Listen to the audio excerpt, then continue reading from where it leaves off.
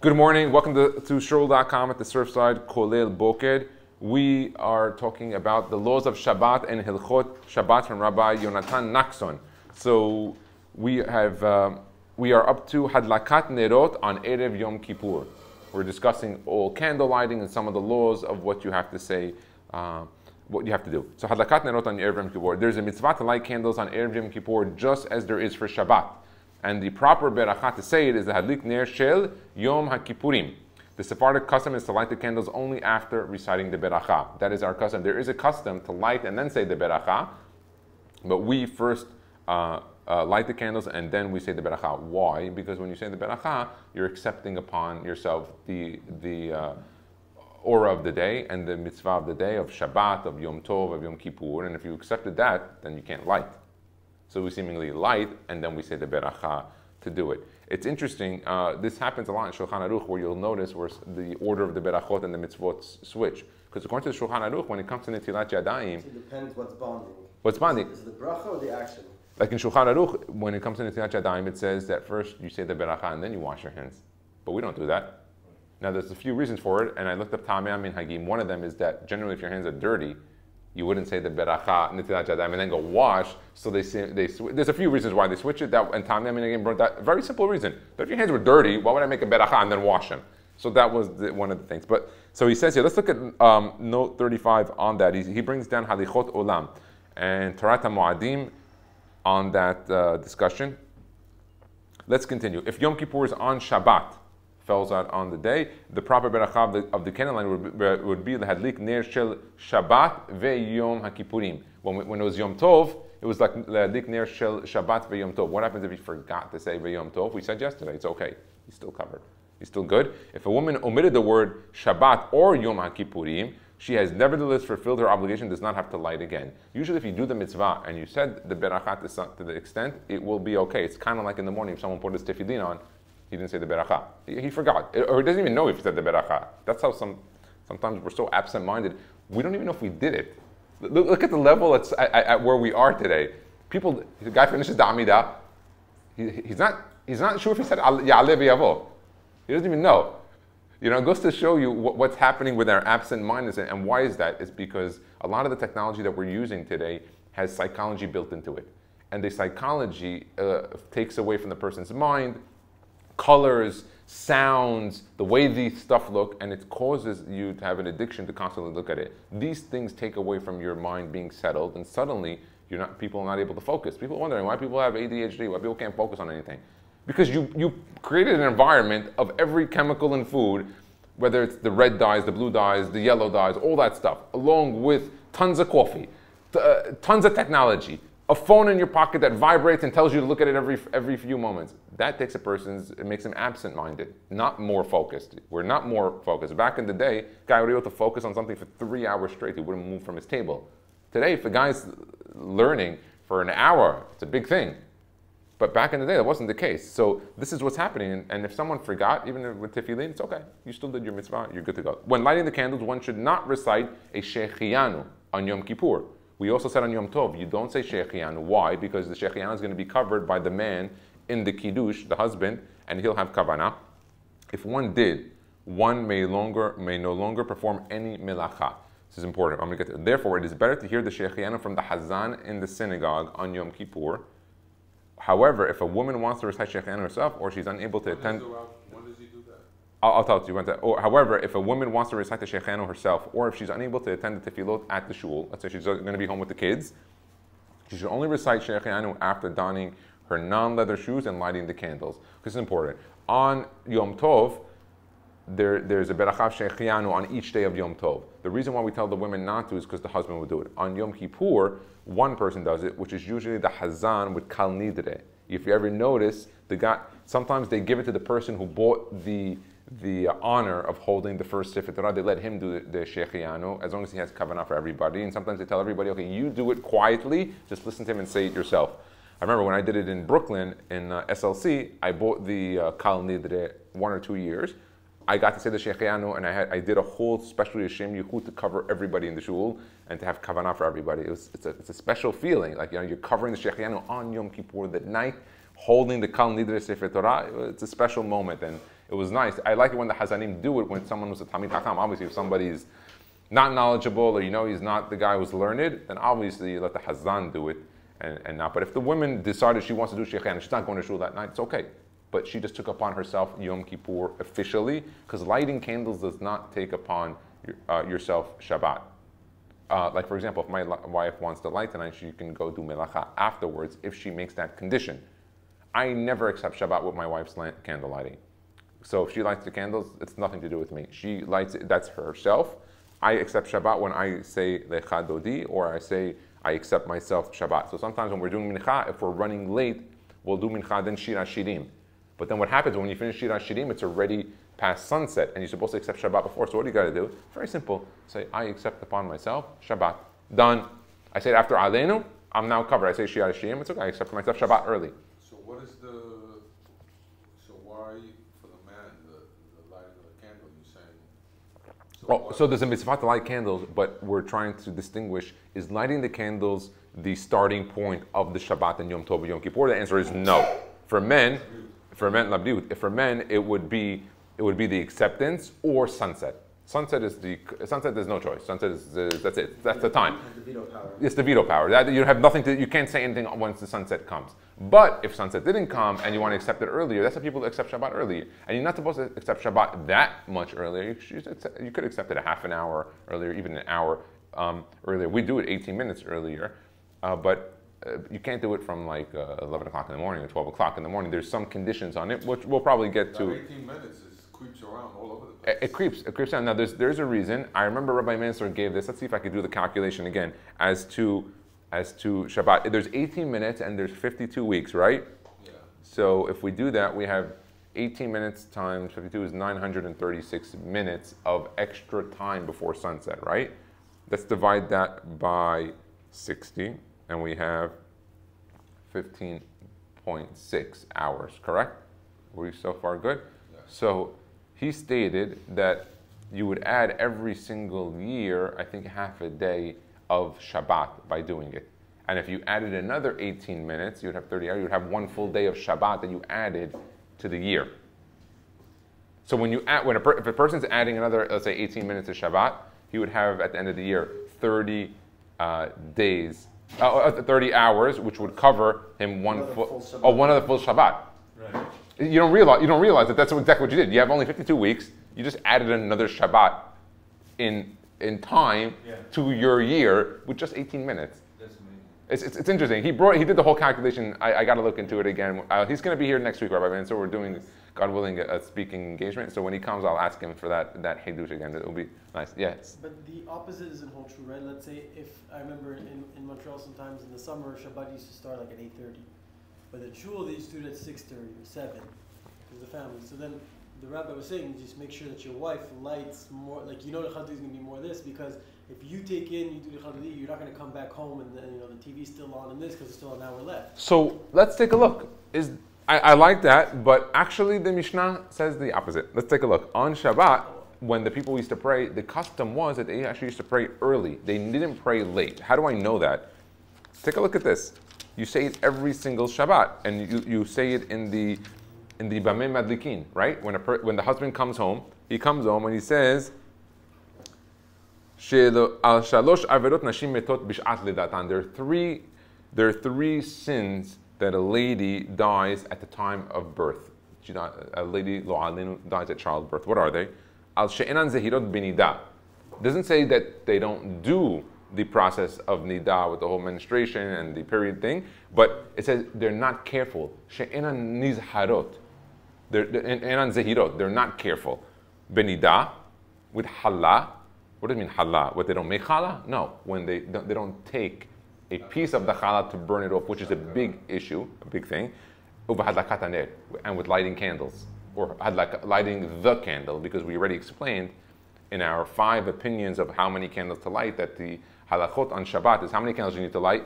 1. Now we do 2, Shamor B'Sachor, Kabbalah, we can do 7, you can do 10, and we gave a lot of opinions as to how many you can even do per soul in the house, which was one of the opinion, where you do Shamor V'Zachor 2, plus every other child that's born in the family. So if the guy's got 87 children, he would do 2 plus 87, he had 89 candles. If he had 7 children, he would do 9 candles.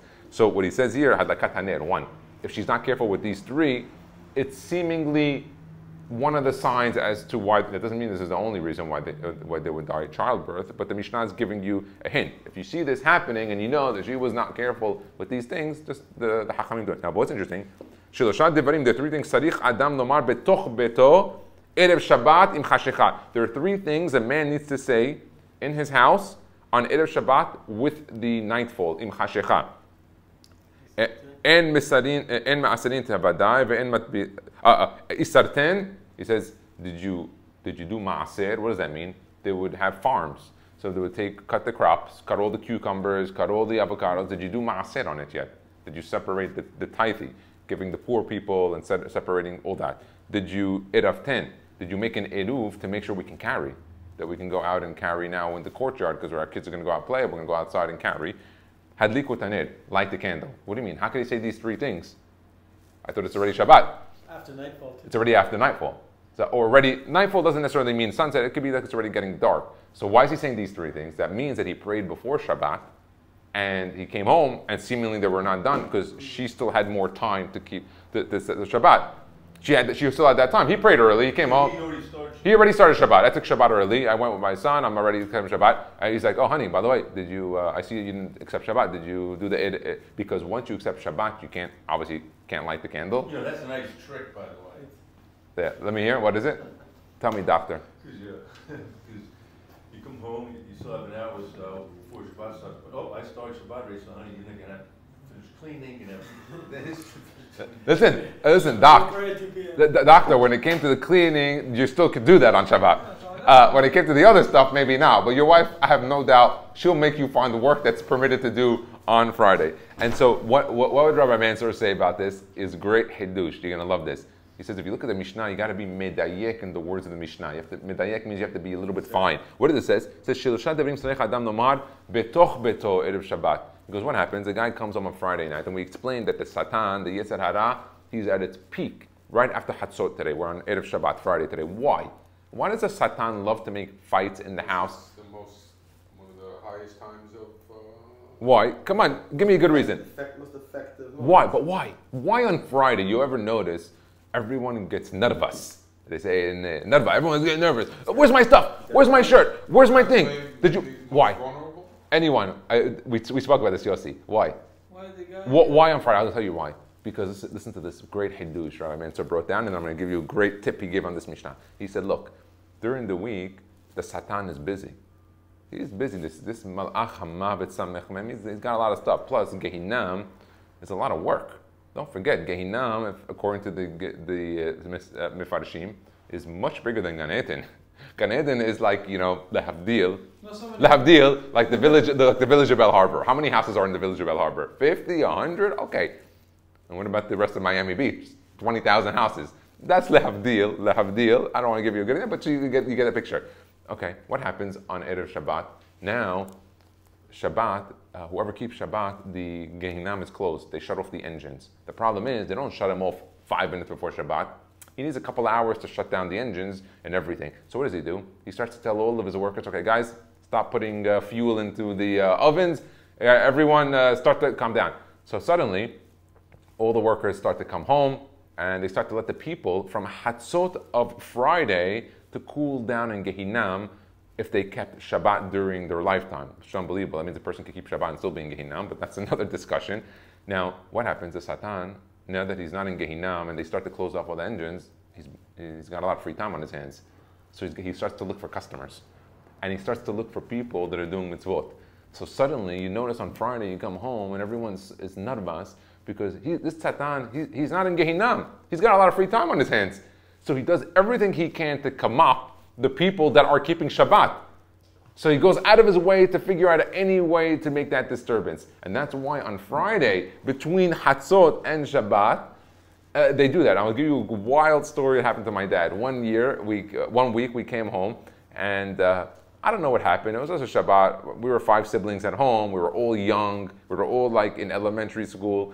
And you go to shul, you're fighting with your siblings. I don't know any household that the kids don't fight with the siblings. If I do, find me that one so I can bless them. But whatever, all the kids were siblings, were arguing with each other, everything.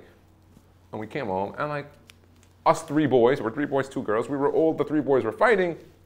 The girls were always, nice and good at home. But when we came home, you took my seat, where's my stuff? Where's this? Okay. And my father wants to start kiddush, and all we're doing is we're arguing. My father couldn't take it. He literally gets up. I remember he got up like this from the table. He gets up, and he walks to the door. And we're all looking at him like, what are you doing? And he opens the door, and he tells the Satan, literally he says, Satan, get out of my house. Get out. And he starts yelling, get out now. And I never saw my father do this in my life. I was just wild. I was like, what is he doing? And I don't know, literally 2 seconds later, he shut the door, slammed the door. He sat down, everybody was calm. We went a regular Shabbat, and he literally told the Satan, get out of my house, Wow. The Satan left, and everyone just went back to normal. And it never happened again. I'm going to try that. It never happened again. Listen, John, you have no kids at home, so your wife. I don't want you to throw your wife out, by the way. What was you going to throw out? No, but what was interesting from this is that he literally saw that this was the Satan involved. And he spoke to him and said, get out. And you know what? How many people in their lifetime, when they feel that they want to do an avon, or they have a lust or desire, tells the Satan, get out? Nobody does. So the Satan says, if you really want me to leave, I'll leave. But you didn't tell me to leave. Right. You never told me to go. You kept this argument of whether to do good or bad in your mind, and so it stayed in your mind. Because the moment you tell the Satan, get out, he's got to get out. Right. And so what did that was one of the Hidush. That was the second thing Rabbi Mansour said, very interesting. He said, it says, Shlosha devrim tzarech adam lomar betoch beto, in his house. Because why? The guy sometimes comes home on Friday night, he's mad, he's angry, where's the stuff? You didn't light the candles, you didn't do the maaser. So he says, betoch beto. When you tell your wife, do it inside your house, your neighbor shouldn't be hearing it. If your neighbor is outside beto, he might be yelling. You might be yelling at your wife. He says, no. Say it betoch beto. Say it quietly. And I believe that was coming. The source. Is there a flip side to 18 minutes the other way, where you say, if you're late, whatever, you have 18 minutes? Yeah. I think you have I mean you want to use the 18 minutes? Yeah, but do you have to make? Because now you can do the calculations that in the year you had less of a Shabbat. Okay. Can you make that up? So you mean you want to go into your 18 minutes? Explain to me again. No, so let's say on the flip side, you say, well, if you got stuck in traffic or you have to cook or whatever, you have 18 minutes after Shabbat, right? So what do you mean after Shabbat? Yeah. Within the time frame of lighting, of sunset. Let's say that happens to you 10 times a year, whatever. You add that up and you go, hey, you know what? This year I had 3 hours less of Shabbat. You mean you increased your Shabbat by 3 hours? No, he's saying decrease, because he's saying that you don't have that extra time. Oh, that's right. I mean, you went into the 18 minutes because you had some melacha that you did. Yeah. Okay, you should be careful. If that happens consistently on a Shabbat basis, it happened to me when I was in Brooklyn when I was working. There's a lot of people who live like this. This happened a lot on when we put the hour early, because now we're in Miami, we have 1 hour extra than New York. Because, we light 5 something, while New York it's 4. Literally, that doesn't make any sense to me. No, it's because of the way the earth, the sun. No, I know that. I know that makes sense that way. Yeah. It doesn't make sense to me that, it should be your Shabbat. So it should be according to your sun. Yeah. Because by the same token, it could be up in Alaska, just forget about it. The time there would be different. But if that happened, John, consistently, you have to change your complete Friday.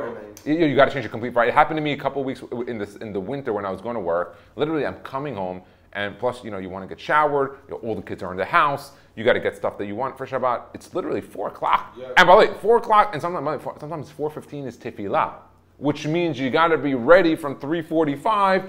Showered, go walk to shul, and get to shul before 4:15. It's very hard sometimes, and the Satan loves to cling on to those times. He loves it. And he tells you, don't worry, you have 18 minutes. But you literally are playing with fire. No, but my question is, no pun intended. Can you make that up by going, say, I lost 15 minutes last week? So Rav Musafi, okay, good. Okay, so I understand what you're saying. Like you're saying, because you went into the 18 minutes, can you add it? You add it. Oh, you got the other way. You got 1 day more of Shabbat. I think, look, I'm not posek halacha. All right, so I can tell you only what I learned and everything, but if a person's constantly doing that, it would be smart to give yourself another 30 minutes before the 18 and lock yourself, maybe not as a permanent solution, but say to yourself, if candle lighting is at 5, 4:30, I am in my suit ready, accepting Shabbat. That way you annul and break that habit. Because if you're going to say, I'm going to go back to the normal thing, you're going to go back, it's 18 minutes in, and then the Satan will get you into it. Let's end it here today. We're going to continue tomorrow in Hadakat Nerot on Chanukah, and we're about to go into our next part of the Tifli, or to say, Baruch Adonai D'Olam Amin V'Amen.